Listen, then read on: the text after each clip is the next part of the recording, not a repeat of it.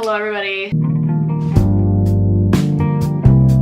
My name is Mara, welcome back to my channel. Today's video, I'm doing my April reading wrap up. And before I start, I just want to say, I feel like April was the hardest reading month I've ever had in my life. And I talked to so many other book creators and they were like, yeah, this month sucked. I don't know what it was going on, what was in the air. I could not find myself wanting to read a book or finding a book that I really liked. I had 2 this month that I really liked, but the other ones were all mid. And that hurt so bad. Here's my stack. I'm not gonna show you what book, but here's the stack. She's small, and then I have my Kindle in here because I had 1 Kindle book. But that's disappointing. Like normally I have like 12-ish books and I had 7, I think, this month. The last 3 were in like the last 3 days of the month. Like I was pushing through. Happy to say we're starting off on a really good note with The 7-Year Slip by Ashley Poston. I read this like 10 days into the month. Like I hadn't read for weeks and finally picked this up because I was like, I know people like this book a lot, people hype this one up a lot, and I hadn't read it yet. I got this in the fall and I'd been saying I'm gonna read it, I'm gonna keep reading it, like I'll pick it up at some point, and I just never did. So good. I gave this a 5-star. I was like, oh my god, she's gonna pull me out of my reading slump, this is great. It didn't, but this was still a 5-star. I feel like I'm really behind on reading this book. I feel like everybody else has already read it, but if you have not read it, it's basically about this girl named Clementine, which, cutest name ever, and she moves into her late aunt's apartment, and when she goes, there's this guy that's like visiting her in this apartment. What was his name? Crap, what was his name? What's this guy's name? Oh my god, no, I literally loved him. Why can't I think of his name? Anyway, there's this guy in her aunt's apartment, and she's like, what's going on? Why are you in here? Get out. And he's like, no, I know your aunt. Like, we have connections. And she's like, who are you? Their first interaction is so funny, and their chemistry was so fun, and I just loved reading this book. I had so much fun reading this. But he exists 7 years in the past. It takes place in New York, and she ends up going and like seeing future him, which is present day him. She'll have these moments with him that are 7 years in the past, and then she goes and he like knows what happens. Like he knows the outcome and he's not telling her what's gonna happen. She's just going and like living in the past with him, if that makes sense. Super cool concept. I loved the writing, I loved the characters. Thought this was so cool. I'd never read a book like this before and it was done so well, so I loved this. The next one that I read was a little disappointing, and by little I mean kind of disappointing, and that was The Serpent and the Wings of Night. I was really excited for this book. I had it on my Kindle for a long time, and then everybody started talking about it and I was like, okay, I have to read it. And then I started reading it almost 2 months ago now, read like 20% and was like, okay, I need a break, like I'm bored. And then I started picking it up every so often. This book is what put me in my slump. I did not like this book.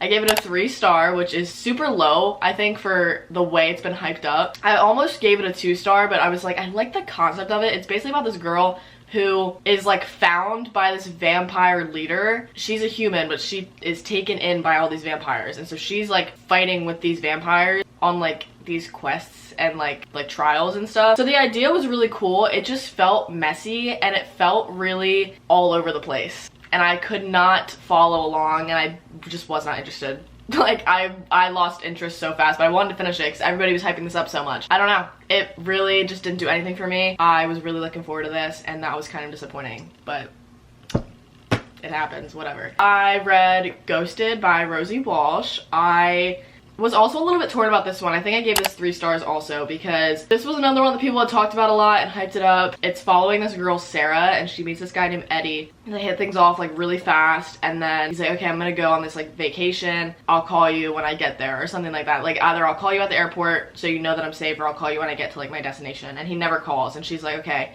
like, is he alright? Is he alive? So she's like trying to contact his friends and look through Facebook and try to see if he's dead. And she's like, is he okay? Like, why isn't he responding? Because they didn't like have a fight or anything that made them not talk anymore. Like, he literally like hugged her, kissed her goodbye, and was like, I'll call you when I get there. So when he didn't, she was like, he's dead. Like, he has to be dead. All of Sarah's friends are like, girl, screw him. Like, you don't need no man. And she's like, no, but like, he might be dead. Like, she literally thinks this guy's dead. So she ends up tracking down his friends and just trying to get answers. And it was a lot of like self-discovery, which was interesting. But the issue with this book was once like the big secret came out, the big secret was good, but after that everything just started declining. It was like we got to, oh, this is exactly actually where it happens.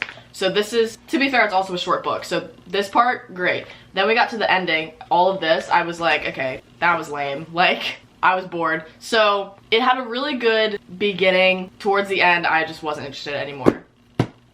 That seemed to have been something happening a lot this month. But next, I read the highly, highly recommended book to me, because after I read Fourth Wing and I was telling everybody to read it and I was going on this whole like spiel about it, I was telling everybody to read it and everybody was like, oh my god girl, if you like Fourth Wing and you liked the dragons, then you need to read Aragon. Like 100%. So I did read Aragon. I gave this one 3 stars. This book, it is not a children's book. It's a like young adult, probably. It's not children's, because no way would I have been able to read this when I was a kid. Like, I don't care what people say. This is following this poor boy, and when I say poor boy, I mean literally like financially poor. Like, not this like poor child. Like, he is in a very poor family. He ends up finding this stone. He's like, oh, like I'm gonna sell this stone to like the market or whoever. They're gonna give us all this money and then I'll be able to like feed my family for a little bit longer until I find something else. So he takes the stone, he's like showing it to people and he's like, okay, look, how much money do you think I can get for this? Buckaroo, right? He goes and shows the stone and then takes the stone back to wherever he was, and the stone hatches, surprise, it's a dragon.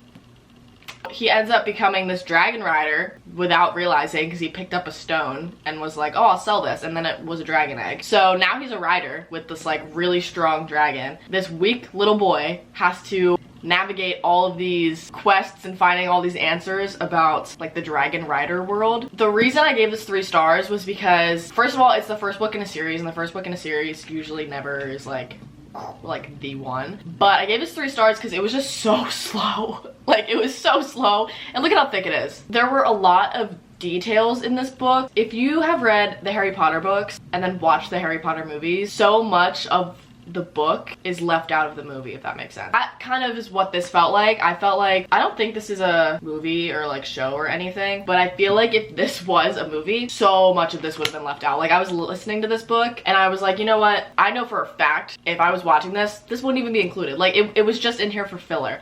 And there was so much detail and so many things that you were meeting that it felt overwhelming, but I did like the story, but it was just a lot. Thank God I was listening to it, because I would have been lost for sure. I don't care if it's a kid's book, like I would have been lost. The next book that I read was one off my TBR for the month of April. I read all of my TBR except for one book, so pretty good. 7 Year Slip was on there, Serpent in the Wings of the Night, Aragon, and The Grace Year. I got this one almost a year ago, and this one, right after I picked it up, and I had never heard of it before, and then right after I picked it up, it started going nuts on TikTok, and everybody was like, it's crazy, like, you need to read this book. It came out in 2019, so I'm sure it had a wave before last year, but last year people were like really talking about it, and this I was so excited about. It seemed so interesting. I gave this one 3 stars also. This is following these girls that turn 16 and then they're like banished and sent away. Only some of them come back.